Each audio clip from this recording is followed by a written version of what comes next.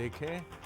आज का बहुत इम्पॉर्टेंट डे, आज का मुद्दा, किस विषय पर हम बात करेंगे, पहले देख लीजिए ये रिपोर्ट और रिपोर्ट के बाद डिस्कशन।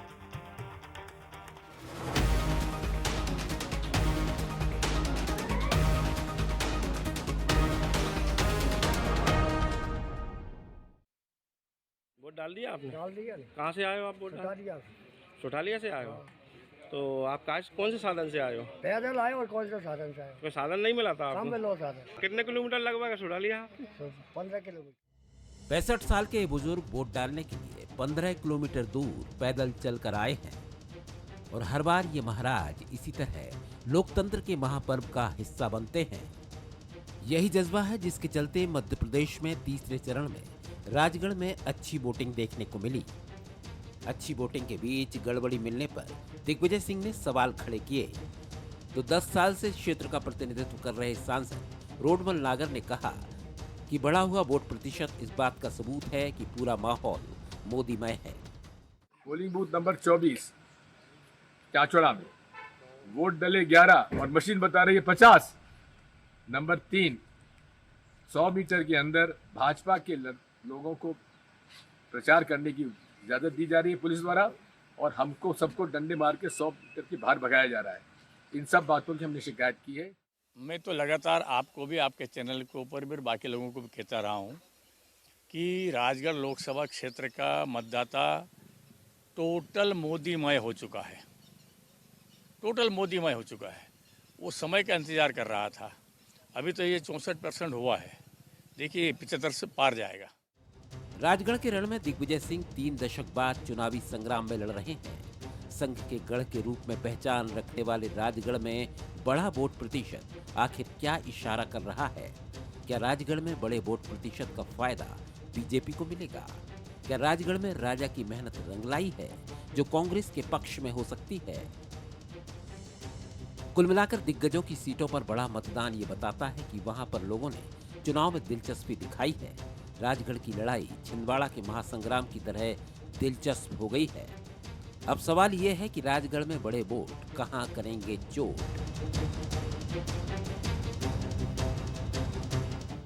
नमस्कार, मैं हूं शरद द्विवेदी। आज का मुद्दा में आपका बहुत बहुत स्वागत है और आज का मुद्दा है राजगढ़ में बड़े वोट कहां करेंगे चोट। तो बहुत ही महत्वपूर्ण लड़ाई अगर आप बात करें राजगढ़ की, निश्चित तौर पर, और ये मध्य प्रदेश की वो हाई प्रोफाइल सीट है जिस पर अंत तक, यानी जब हम छिंदवाड़ा से राजगढ़ आए तो समीक्षक ये कहने से नहीं चूके कि यहाँ रोमांच छिंदवाड़ा से कुछ अधिक ही है, कम नहीं। कारण दिग्विजय सिंह, दूसरा कारण रोडमल नागर, जिन्होंने साफ तौर पर कह दिया कि ये लड़ाई मेरी दिग्विजय सिंह जी की नहीं है, ये तो मोदी जी और दिग्विजय सिंह जी की लड़ाई है, ऐसा उन्होंने नहीं कहा। लेकिन जब वो ये कह रहे थे कि यहाँ पूरे मतदाता मोदीमय हो गए हैं, मतलब साफ था कि दिग्विजय सिंह जी की लड़ाई अगर किसी से है तो प्रधानमंत्री नरेंद्र मोदी से। अगर बात करें मध्य प्रदेश के 9 सीटों के मतदान की तो 63% से अधिक, अभी ये फाइनल फिगर्स नहीं है, लेकिन 63% से अधिक वोट की बात सामने आ रही है 9 सीटों पर, जबकि 2019 में 66.89% वोट पड़े थे। यानी ये आंकड़ा पिछली बार के आसपास ही रहेगा, उससे आगे जाने की संभावना कम है। सुलगते हुए सवाल जो बंसल न्यूज़ के हैं उन पर नजर डाल लीजिए। संघ के गढ़ राजगढ़ में ये जो वोट प्रतिशत बढ़ते हुए नजर आ रहे हैं, ये किसके लिए फायदे का सौदा साबित होंगे? सवाल नंबर 2, क्या राजगढ़ में राजा की मेहनत का नतीजा है वोटिंग का इस तरह से आगे जाना? और सवाल 3, क्या रोडमल नागर के पक्ष में जाएगा ये वोट प्रतिशत जो 70 पार हो चुका है? तो ये महत्वपूर्ण बात है। जो मेहमान हमारे साथ हैं उनसे मिल लीजिए। स्टूडियो में मेरे साथ हैं हमारे executive editor political affairs Manoj Saini, बहुत स्वागत करता हूं उनका। साथ ही हैं भारतीय जनता पार्टी के प्रवक्ता, leader, motivational speaker, writer Pankaj Chaturvedi ji, उनका बहुत स्वागत है जी। और इसी के साथ हमारे साथ जुड़ रहे हैं कांग्रेस के प्रवक्ता राम पांडेय जी, उनका भी मैं बहुत स्वागत करता हूं। मनोज, पहली टिप्पणी आपकी। जिस तरह से आप देख रहे हैं सिनेरियो, 63% के आसपास का मंजर हमें अभी दिख रहा है, संभावित, एस्टिमेटेड, अनुमानित। फाइनल फिगर्स इसमें 1-2% आगे पीछे, घटत बढ़त दोनों हो सकती है, घटत नहीं बढ़त हो सकती है। लेकिन हम पिछली बार के आंकड़े पर नहीं पहुंच रहे हैं, यानी राजगढ़ 74% था, इस बार शायद 75 हो या वही 74% के आसपास खड़ा हो। इन परिस्थितियों में आप कैसे देख रहे हैं राजगढ़ के रण को? ये वोट जो लगभग पिछली बार जितने ही हैं, किस पे करेंगे चोट और किसके साथ होंगे खड़े?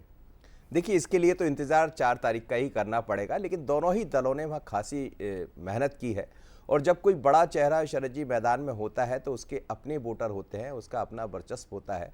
और फिर दिग्विजय सिंह जैसे लीडर यदि वहाँ चुनाव मैदान में थे, जो पहले भी लोकसभा का चुनाव लड़े हैं, चुनाव जीते भी हैं, विधानसभा के चुनाव लड़कर जीते हैं, तो उनका अपना एक कार्यक्षेत्र है, उनका अपना कार्यकर्ता है। तो मुझे लगता है वोट जब प्रतिशत बढ़ा है तो उनका योगदान भी रहा होगा। और भारतीय जनता पार्टी ने बीते 2 जब चरण हुए तो उससे भी सबक लिया है। और ये चुनाव, जैसा हम कह रहे थे, राजगढ़ की जब बात करते तो मोदी वर्सेस दिग्विजय सिंह हो गया। बनस्पत ये नहीं कह सकते कि रोडमल नागर वर्सेस दिग्विजय सिंह था। और बीजेपी ने बड़ी चतुराई के साथ उसको मोदी की तरफ शिफ्ट किया और मुझे लगता है वो भी उसका असर दिखाई दिया होगा। और फिर बार बार हम जिक्र करते रहे हैं कि वो एक ऐसा स्थान है जो संघ का गढ़ माना जाता है और संघ की पहचान इसीलिए होती है और भारतीय जनता पार्टी के कार्यकर्ता की पहचान भी इसीलिए होती है कि बूथ बूथ तक वो अपना कार्यकर्ता कितना पहुंचा पाता। तो मुझे लगता है अंतिम जब दौर आया, आते आते बीजेपी कहीं उसमें कुछ नया कर पाई। जैसा वहाँ के लोगों से जब मेरी बात हुई है तो जिस तरह की खबरें आ रही, फिर भी बहुत दिलचस्प है। लेकिन 66 और 63 का जो आप आंकड़ा कह रहे हैं, एक अपडेट आपको और दे दूं, 2019 में 74.39% मतदान हुआ था और अभी का 6 बजे का अनुमानित मतदान राजगढ़ में जो फिगर्स हैं वो हैं 72% के, यानी अनुमानित जो मतदान है 6 बजे का वो कम है 2% के आसपास। जी, मुझे लगता है शरद जी फाइनल आंकड़ा वहां तक पहुंच जाएगा वो उसी के। लेकिन ये हम कहें कि वो 75 हो जाएगा तो बिल्कुल नहीं होगा। यानी मतदाता ने कम से कम ये तो किया कि 2 चरण से बेहतर, खासकर उन 3 चेहरों पर, चाहे ज्योतिरादित्य सिंधिया की बात करें, शिवराज सिंह चौहान की बात करें या दिग्विजय सिंह की, इन तीनों सीटों पर तो वोट का प्रतिशत ठीक दिखाई दे रहा है। लेकिन जो 66 और 63 का आप आंकड़ा जहां बता रहे हैं तो उसमें मुझे लगता है भिंड मुरैना की बड़ी महत्वपूर्ण भूमिका रहने वाली, क्योंकि वहां का प्रतिशत नहीं बढ़ा है बल्कि 1-2% गिरा है। तो चुनाव दिलचस्प है और राजगढ़ का गढ़ में अब एक नया राज छिपा कि आखिर किसके पक्ष में जाएगा। बिल्कुल ठीक बात है कि बढ़े हुए वोट नहीं कह सकते अभी तो, लेकिन फिर भी 70% के पार वोट किसके साथ खड़े होंगे और किसे परेशान करेंगे। पंकज जी, आप किस तरह देखते हैं?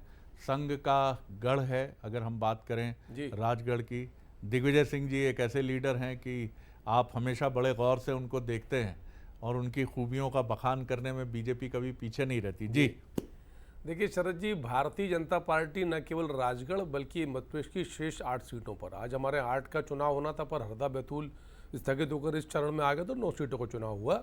उन 9 की 9 सीटों पर भारतीय जनता पार्टी ने प्रयास किए कि पिछले 2 चरण की तुलना में जो तुलनात्मक रूप से मतदान का प्रतिशत कम था उसको बढ़ाया जाए। और सभी जगह, अभी मुझे 2019 के सारे फिगर्स तो नहीं पता, पर जैसे आपने यहाँ का कंपेरिजन दिया राजगढ़ का कि मोरलेस 74 19 में था, 72 के आसपास फिगर है जी। तो हर जगह मतदान का प्रतिशत बढ़ा है।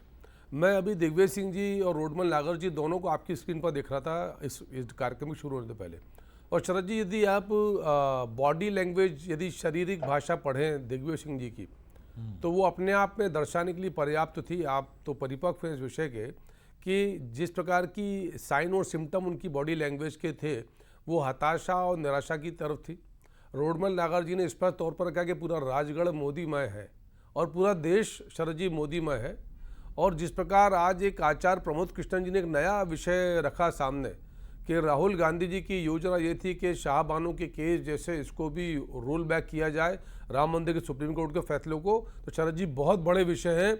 और देश में अभी पूरे समय चिंतन में इस बात का है कि तुष्टीकरण के लिए कांग्रेस किस ओर जाएगी। लालू यादव जी आज ओपनली मुस्लिम रिजर्वेशन की वकालत करते हैं, इंडी गठबंधन के साथी हैं जो राहुल गांधी जी के साथ मिलकर लड़ रहे हैं। एक और सनातन को मिटाने की बात करने वाला दक्षिण भारत का उनका सहयोगी दल है। दूसरी ओर राहुल गांधी जी स्वयं, उनकी पार्टी जो है ओबीसी का कोटा छीनकर मुस्लिम्स को दे रही है। और वोट जिहाद शरद जी, मैंने 52 से लेकर अब तक चुनाव का इतिहास पढ़ा है, कुछ चुनाव साक्षात देखे भी हैं और मैंने जीवन में पहली बार चुनाव में वोट जिहाद सुना, मतलब तुष्टीकरण इस पराकाष्ठा पर आ गए शरद जी कि अब कांग्रेस पार्टी के मित्र सत्ता हथियाने के लिए, वोट की लूट के लिए, ओबीसी का अधिकार छीनने के लिए, सत्ता हथियाने के लिए वोट जिहाद पर आ गए शरद जी। इस स्तर पर तो देश निर्णायक है और निर्णय करेगा। कांग्रेस 2014 और 2019 से खराब स्थिति में आएगी 2024 में। राम पांडे जी, आपने सुनी बात आपके मित्र बीजेपी के स्पोक्स पर्सन पंकज जी की बात, इसके पहले executive editor Bansal News Manoj ji की बात। किस तरह देखते हैं आप राजगढ़ के रण को, और जहां आपके एक बड़े नेता, उनकी प्रतिष्ठा दांव पर है, और ओवरऑल भी अगर आप कोई टिप्पणी करना चाहें अपनी पार्टी के प्रदर्शन पर। जी पांडे जी। देखिए, अभी बीजेपी के प्रवक्ता जी ने महंगाई पर कोई बात नहीं की। महंगाई भी तो हिंदुओं के लिए बढ़ रही है। क्या हिंदुओं के लिए महंगाई नहीं बढ़ रही है? देश में बेरोजगारी इतनी बढ़ रही है, 45 वर्षों में सबसे ज़्यादा बेरोजगारी है। 2 करोड़ युवाओं को नौकरी देंगे, हिंदुओं को ही दे देते, कम से कम 20 करोड़ हिंदुओं को नौकरी तो मिल जाती। और जो आज देश का युवा बेरोजगार है, क्या उसमें हिंदू नहीं है? क्या हमारी आर्मी में, एयरफोर्स में, नेवी में जो नौकरियां मिलती थी, क्या हिंदुओं को नहीं मिलती थी? 4 साल की नौकरी वहाँ कर दी। अभी प्रज्वल रेवन्ना, ये तो भारतीय जनता पार्टी के दोस्त हैं ना, मोदी जी के दोस्त हैं, अमित शाह जी के दोस्त हैं। प्रज्वल रेवन्ना के बारे में भारतीय जनता पार्टी के बड़े नेता हैं देवराज गौड़ा, उन्होंने अमित शाह जी, मोदी जी, भारतीय जनता पार्टी को पत्र लिखा कि इस आदमी का चरित्र खराब है, इसे टिकट नहीं दिया जाए। तो उसे टिकट दिया गया। पांडे जी, मेरा आग्रह है थोड़ा राजगढ़ पर भी आ जाए। जी, विड्रॉल कर लिया। जी जी। मोदी जी के बारे में कुछ तो मैं बड़ाई कर रहा हूँ, उनकी तारीफ कर रहा हूँ, वो तो सुन लीजिए। विश्वगुरु हैं तो विश्वगुरु की तारीफ मैं कर रहा हूँ, तो सुनिए आपकी जरा। मर्जी, आपका समय, हमारा विषय राजगढ़ है, आप बेशक बोलते रहें। जी, स्वागत है आपका। जी, बोलते रहिए। जी जी। नरेंद्र मोदी जी उस बलात्कारी के प्रचार में जाते हैं, 3,000 वो वीडियो बना के रखता है, 400-500 हिंदू महिलाओं का बलात्कार करता है। भारतीय जनता पार्टी निवेदन करूंगा, ये आज का विषय नहीं है। भारतीय जनता पार्टी का नेता जो विधायक को चुनाव लड़ चुका होता है, वो लिखता है मोदी जी को, अमित शाह जी को, कि इसको टिकट ना दिया जाए, और मोदी जी वहां जाकर कहते हैं कि इसको वोट दोगे तो मुझे वोट मिलेगा। ये इनकी सनातन संस्कृति और सभ्यता और चरित्र, प्रज्वल रेवन्ना इनकी चाल, चरित्र, चेहरा सब कुछ बता देता है। साक्षी मलिक तो हिंदू है ना, विनोद फोगाट तो हिंदू है। सर, इन्हीं विषयों पे आप बोलेंगे कि राजगढ़ पर भी थोड़ी टिप्पणी आपकी राजगढ़ पर भी पांडे जी अपेक्षित है, क्योंकि विषय हमारा राजगढ़ है। बाकी हम जिस दिन किसी राष्ट्रीय परिप्रेक्ष्य पर बात करेंगे, यह आपका अधिकार है इन विषयों पे बोलना। जी जी। अभी मोदी जी कहते हैं 140 करोड़ लोग, हमेशा बात करते हैं ना, तो राजगढ़ में यदि 30-35% वोट कम गिर रहा है, या मध्य प्रदेश में 30-35% वोट कम हो रहा है, तो ये 35% वोट क्यों उदास है, क्यों निराश है? क्यों काला धन क्यों नहीं आया, रोजगार क्यों नहीं मिला? अब मध्य प्रदेश की बात करें तो मोदी जी मध्य प्रदेश में आए थे, क्या कहा था? 450 का गैस का सिलेंडर देंगे। क्या दुनिया में किसी भी देश का प्रधानमंत्री इतना झूठ बोलता है? 2700 प्रति क्विंटल गेहूं हम किसानों से खरीदेंगे। क्या दुनिया का कोई प्रधानमंत्री इतना झूठ बोलता है? 3100 रुपये प्रति क्विंटल धान खरीदेंगे। क्या दुनिया का कोई प्रधानमंत्री इतना झूठ बोलता है? 3000 रुपये हम बहनाओं को देंगे। क्या किसी देश का प्रधानमंत्री इतना झूठ बोलता है? चलिए, तो जो 35, 30, 40% लोगों में निराशा है, वो निराशा क्यों है? और राजगढ़ की हम बात करें तो लगभग वोट प्रतिशत वहीं जा रहा है जो पिछली बार था। 65,000 इनके बूथ के कार्यकर्ता हैं।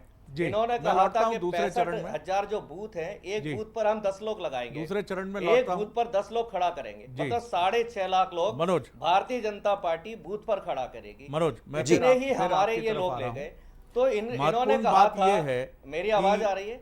जिस तरह से आवाज आपकी बिल्कुल मिल रही है। मैं एक मनोज से सवाल करके दूसरे चरण में फिर लौटता हूं आपकी तरफ। मनोज, ये बताइए मुझे कि जिस तरह का एक कैंपेन रहा है पूरा, बिल्कुल सही बात है कि राजगढ़ की अगर पर्टिकुलर हम बात करें तो ये मुकाबला ऐसा लगता है कि बीजेपी के प्रधानमंत्री, बीजेपी सरकार के देश के प्रधानमंत्री नरेंद्र मोदी और दिग्विजय सिंह जी के बीच में था। और कमोबेश मोदी जी का चेहरा देश की हर लोकसभा सीट पर एक बड़े चेहरे के तौर पर मौजूद रहा है और वो इस चुनाव का भी एक ड्राइविंग फोर्स अगर बीजेपी की बात करें तो रहे हैं। दिग्विजय सिंह जी वहाँ कितना अंतर पैदा करने में कामयाब हुए हैं और क्या ये रणनीति कांग्रेस ने मध्य प्रदेश की कुछ एक्सेप्शंस छोड़ दें, अपवाद छोड़ दें इंदौर जैसे, तो बीजेपी ने कांग्रेस ने ये रणनीति अपनाई कि अच्छे और मजबूत चेहरे दिए, क्योंकि वो जानती थी कि उसकी टक्कर बीजेपी के प्रत्याशी से नहीं है, प्रधानमंत्री से सीधे। बिल्कुल शरद जी, इस बात से तो मैं भी इत्तेफाक रखूंगा कि जो भी कांग्रेस ने अपने कैंडिडेट तय किए, चाहे दिग्विजय सिंह हो, कमलेश्वर पटेल हो, या फिर हम मंडला से बात करें जो पूर्व में चुनाव हो चुके हैं, ओमकार मरकाम हो, तो तमाम कैंडिडेट निश्चित रूप से बहुत अच्छे कैंडिडेट दिए। इंदौर में जरूर, अब उसे मैं गलती कहूँ कांग्रेस की या उनका कोई आकलन रहा होगा जिसके कारण उनको चोट भी हुई है, तो इंदौर का मैं नहीं कह सकता क्योंकि बहुत बड़ा महानगर था, वहाँ से कई तरह के बड़े मैसेज जाते हैं। यदि कोई कैंडिडेट वो ऐसा दे पाती तो अलग मुद्दा होता, खैर वो अलग चर्चा का विषय, आज का विषय जो है। पर निश्चित रूप से दिग्विजय सिंह ने बहुत अलग तरह से वहाँ पर काम किया है। लेकिन जो मुझे लगता है, जैसा उन्होंने कहा कि बाकी लोगों की मुझे ज़रूरत नहीं है उनकी तरफ से, और सहानुभूति वोट के लिए उन्होंने बहुत अपील की। अंतिम दौर में भी एक पोस्ट जारी किया जिसमें उन्होंने बताया कि मैं कैसे एक व्यापारी के पास पहुंचा, उन्होंने क्या क्या कहा था, उन्हीं चीज़ों को फॉलो करते आगे बढ़ा हूं। लेकिन एक बात जरूर मुझे जो लगता है कि क्या उन्होंने जो अपील की जिससे कार्यकर्ताओं का एक बड़ा हुजूम, भारतीय जनता पार्टी शायद अंतिम दौर में उसे जुटाने में कामयाब रही कि वो घर घर तक पहुंच गई और एक एक कार्यकर्ता, एक एक जो वोटर था उसको बूथ तक पहुंचाने में कामयाब रही, जैसी खबरें आ रही। तो क्या लोगों का नहीं जाना वो दिग्विजय सिंह के लिए थोड़ी सी मुश्किल बढ़ाएगा, जैसा उन्होंने अपील की थी? तो मुझे लगता है बड़े ज़्यादा कार्यकर्ताओं की कांग्रेस को भी जरूरत फाइनल रही। फिगर्स के लिए रुकना चाहेंगे या आप मानते हैं कि 70 पार का मतलब है कि बीजेपी अपने वोटर्स को निकालने में कामयाब रही? मुझे लगता है जो खबरें आ रही शरद जी, किसी पार्टी विशेष की हम बात नहीं कर रहे हैं, क्योंकि आकलन करते हैं और उसको देखते हुए बात करते हैं। तो तीसरे चरण के दौर में बीजेपी ने बहुत अच्छा काम किया है और उसका असर सभी जगह दिखाई दे रहा, भिंड और मुरैना को छोड़ दिया जाए तो आप मानते हैं कि वहाँ कांग्रेस जो है, मैं पांडे जी की तरफ जब चलूँगा तो उनसे ज़रूर उन 2 सीटों के बारे में भी एक छोटी टिप्पणी की अपेक्षा रखूँगा। पंकज जी, राम पांडे जी का केंद्र बिंदु प्रशंसा का कहिए, आलोचना का कहिए, तो एक ही व्यक्ति थे, एक ही व्यक्ति रहेंगे भी, प्रधानमंत्री नरेंद्र मोदी, प्रधानमंत्री नरेंद्र मोदी, प्रधानमंत्री नरेंद्र मोदी। ये उनका अधिकार है और निश्चित तौर पर एक बड़ा अंतर प्रधानमंत्री अपने व्यक्तित्व से, अपनी शैली से पैदा करते हैं जी, और तमाम बातें भी उन्होंने कही हैं। लेकिन मैं फिर चाहूँगा कि राजगढ़ और मध्य प्रदेश पर ही फोकस रखते हुए आप उनका जवाब दें। देखिए, राम का अधिकार है, वो कांग्रेस के तरफ से आए तो यदि उनको मोदी जी की आलोचना करना है तो पूरी कांग्रेस पार्टी का अधिकार है, हमको दिक्कत नहीं होती, क्योंकि कांग्रेस पिछले 10 वर्षों से मोदी जी की स्थायी रूप से आलोचना करती है और प्रतिशत कांग्रेस को पता है क्या मिला। कारण सर जीतता है, चाहे राजगढ़ हो या कुछ और क्षेत्र हो, आरोप सिर्फ असत्य, निराधार और अनर्गल होते हैं, इसलिए कांग्रेस को जनता स्वीकार करती है। राजगढ़ की बात करें शरद जी, तो दिग्विजय सिंह जी पिछला चुनाव भोपाल से लड़े और बहुत भारी अंतर से पराजित हुए, बुरी तरीके से पराजित हुए। और दिग्विजय सिंह जी का कार्यक्षेत्र उसके बाद लगभग राजनीतिक रूप से भोपाल बना रहा। राघोगढ़ चाचौड़ा में कंपेरेटिवली जयवर्धन सिंह और लक्ष्मण सिंह जी सक्रिय रहे। जयवर्धन जी बमुश्किल 4000 वोटों से चुनाव जीते, लक्ष्मण सिंह जी पराजित हुए, सबके सामने है। प्रियव्रत सिंह उनके दूसरे इश्तेहार, वो चुनाव में पराजित हुए। तो राजगढ़ में दिग्विजय सिंह जी की जो राजनीतिक विरासत थी शरद जी, अब वैसी नहीं है। और दिग्विजय सिंह जी स्वयं प्यारेलाल खंडेलवाल जी से आज से 3 दशक पहले चुनाव हार चुके हैं। लक्ष्मण सिंह जी एक चुनाव भाजपा की तरफ से जीत चुके हैं। रोडमल नागर जी 2 चुनाव भाजपा के टिकट से पिछले जीते, तीसरी बार फिर जनकृपा उनके साथ है। तो राजगढ़ को लेकर भारतीय जनता पार्टी निश्चिंत और आश्वस्त है। भारतीय जनता पार्टी ने और भाजपा के निश्चित तौर पर राजगढ़, जैसा मनोज जी ने कहा कि हमारे विचार परिवार की एक सशक्त पृष्ठभूमि उस क्षेत्र की है और बहुत काम उन्होंने वहाँ राष्ट्र उत्थान का और समाज सेवा का और परम वैभव के माँ भारती के काम वहाँ किए, तो उसका लाभ जरूर मिलता है। और जैसा संघ हमेशा कहता है कि वो राजनीति में कभी सक्रिय नहीं, पर संघ का एक ही संदेश होता है कि राष्ट्र हित में 100% मतदान, ये 5 वर्ष में अवसर मिलता है। तो मैं सराहना करता हूँ ऐसे तपस्वी संगठन की कि जिनका उद्देश्य स्पष्ट है। तो राजगढ़ में इन सब का प्रभाव है और दिग्विजय सिंह जी और कांग्रेस पार्टी एक बार फिर पराजित होगी। राम पांडे जी क्या कहेंगे आप? और मैं ये भी कि भिंड और मुरैना की भी थोड़ी सी अगर आपका असेसमेंट वहाँ आप कहना चाहें, हमारे साथ साझा करना चाहें क्योंकि वहाँ काफ़ी पिछली बार से अभी आंकड़े तो पूरे नहीं हैं मेरे पास, लेकिन फिर भी लो टर्नआउट हुआ है पोलिंग की मैं बात करूं। जी, आपकी टिप्पणी। जी, पहली बात तो आरएसएस का बता दूं कि बहुत तपस्वी संगठन है। 5 साल तक कहता है आरक्षण खत्म कर देंगे, और जब चुनाव आता है तो चुप हो जाता है, फिर चुनाव के बाद शुरू कर देते हैं और संविधान बदल देंगे। ये बात भारतीय जनता पार्टी के कई सांसद बोल चुके हैं, अनंत हेगड़े, ज्योति मिर्धा, कई हैं, और जिसने अभी अयोध्या में कहा था और मोदी जी उसके प्रचार में भी गए थे। तो ये लोकतंत्र ख़त्म करना, संविधान बदलना, आरक्षण ख़त्म करना, फिर अपनी बात से पलटना, ये इनका चलता रहता है। तो कोई भी तपस्वी संगठन होता है वो एक बार जो बोल देता है उससे पलटता नहीं है, फिर चाहे वो हानि हो या लाभ हो। अब आ जाते हैं मुरैना और ग्वालियर की बात। मुरैना ग्वालियर के टिकट बीजेपी में नरेंद्र सिंह तोमर जी के रिकमेंडेशन पर दिए गए, और वो इसलिए दिए गए थे कि नरेंद्र सिंह तोमर जी के बारे में भारतीय जनता पार्टी को पता है कि इनके पास बहुत पैसा है। इनके लड़के का एक वीडियो आता है, कनाडा से वो बात करते हैं, जिसमें हज़ारों करोड़ों रुपए के लेन देन की बात होती है। हमें ऐसा लग रहा था कि नरेंद्र सिंह तोमर के यहाँ ईडी पहुँच जाएगी, उनको मंत्री पद से बर्खास्त कर दिया जाएगा, पार्टी से 6 साल के लिए निष्कासित कर दिया जाएगा। लेकिन उनके बेटे ने इतना बड़ा घोटाले का आरोप था कि उनकी रिकमेंडेशन पर ग्वालियर और मुरैना की सीट दे दी गई, और ग्वालियर और मुरैना की जनता को पता है कि नरेंद्र सिंह तोमर जी की वीडियो आई थी, नरेंद्र सिंह तोमर जी के कहने पर ये दोनों टिकट दिए गए थे, और दोनों जो उम्मीदवार दिए गए हैं ग्वालियर मुरैना से, भारतीय जनता पार्टी में उनसे कहीं ज़्यादा योग्य उम्मीदवार थे। जैसे ग्वालियर की ही हम बात करें तो ग्वालियर में भारतीय जनता पार्टी के पास यशोधरा राजे थी, माया सिंह थी, सेजवलकर थे, जयवान सिंह पवैया थे, अनूप मिश्रा थे, करीब 10 ऐसे नेता हैं भारतीय जनता पार्टी के। लेकिन भारतीय जनता पार्टी ने टिकट किसको दिया? जिसके ऊपर करप्शन के चार्जेस थे, अपराध के चार्जेस थे, अपराधियों को संरक्षण करने के चार्जेस थे। और जब विधानसभा चुनाव वन साइडेड बीजेपी जीत रही है तब वो हार गए थे, लेकिन नरेंद्र सिंह तोमर जी ने कहा था कि उनको टिकट राजगढ़ को लेकर कितने आशान्वित हैं पांडे जी? कांग्रेस कितनी उम्मीद से भरी है राजगढ़ को लेकर? जी, राजगढ़ की जनता भी जागरूक है, उसको पता है कि मोदी जी ने कहा था महंगाई कम होगी, लेकिन बहुत बढ़ गई है, तो मोदी जी को वोट तो देगी नहीं। मोदी जी ने कहा था रोजगार देंगे, लेकिन बेरोजगारी बहुत ज़्यादा बढ़ गई है, लोकतंत्र खतरे में है, संविधान खतरे में है, लोग डर डर के जी रहे हैं, सवाल पूछने में लोगों को डर लगता है, सवाल पूछने पर नोटिस आ जाते हैं, लोग इतने डरे हुए हैं कि कुछ भी कहने बोलने से 10 बार सोचते हैं। तो राजगढ़ की भी जनता डरी हुई है, वो भी त्रस्त है। तो भारतीय जनता पार्टी को वोट देने का कोई मतलब नहीं है, और वहाँ की जनता जानती है कि भाई 10 साल पर्याप्त होता है। अब मोदी जी ने कहा था ना 2022 में $5 ट्रिलियन इन इकोनॉमी कर देंगे, 3-3.5 डॉलर हुई है।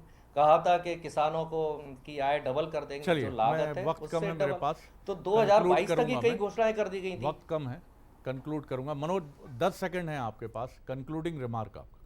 शरद जी, यही कहना चाहूँगा चलते चलते कि 2002 जो पहले के चरण रहे उनसे बहुत बेहतर रहा तीसरा चरण, लेकिन फिर भी अंतिम दौर में जैसी खबरें आ रही है भारतीय जनता पार्टी शायद ठीक करने में सफल होती दिखाई देगी। ये इसलिए हम कह रहे हैं कि अब चुनाव संपन्न हो चुके हैं, इससे पहले हम बात नहीं कर सकते थे, हमारे अपने रिपोर्टर, हमारे अपने संवाददाता है, पर बहुत दिलचस्प चुनाव रहा और कांग्रेस इसमें पीछे नहीं रही कि अपने कैंडिडेट उसने बहुत अच्छे दिए। क्या आप ये मानेंगे कि कांग्रेस जिसको पहले माना जा रहा था कैसी टक्कर, क्या टक्कर, उस कांग्रेस ने एक अच्छी टक्कर देने की पूरी कोशिश की? बिल्कुल पूरी कोशिश की है, और ये मैं बिल्कुल अपने एक उससे कह सकता हूं अपने अनुभव से कि इस बार जीत हार का अंतर पिछली बार जो 5-6 लाख रहा करता था वो नहीं रहेगा, हर एक सीट पर अंतर कम दिखाई देगा।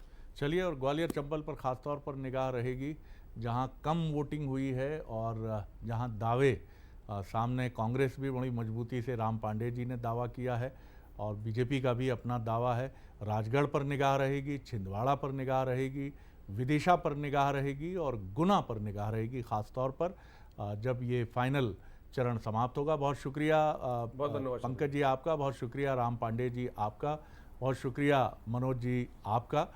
और कुल मिलाकर बेहिचक अगर हम बात करें चुनाव के इस मंज़र की, तो ये बहुत दिलचस्प लेवल पर जाकर खड़ा हो गया है, और ये लेवल इतना दिलचस्प है कि आपको 4 जून का इंतज़ार करना ही पड़ेगा। ख़ासतौर से मध्य प्रदेश की भी बात करेंगे आप अगर, और छत्तीसगढ़ की भी बात करेंगे तो आपको इंतज़ार करना चाहिए। दावे अपनी तरफ से होते रहेंगे, बीजेपी की तरफ से होते रहेंगे, कांग्रेस की तरफ से मीडिया अपनी समीक्षा में दावे करेगा, लेकिन 4 जून के नतीजे यही इंतज़ार करना बेहतर है। और अच्छी बात यह है कि मध्य प्रदेश में कांग्रेस कुछ सीटों पर फाइट देने में कामयाब रही है। नतीजे क्या होंगे फिर हम कहेंगे 4 जून बताएगा। आगे देखिए छत्तीसगढ़ आज का मुद्दा, बीजेपी की राधिका खेड़ा बनी है कांग्रेस के लिए बखेड़ा। मेरे सहयोगी ललित के साथ। नमस्कार।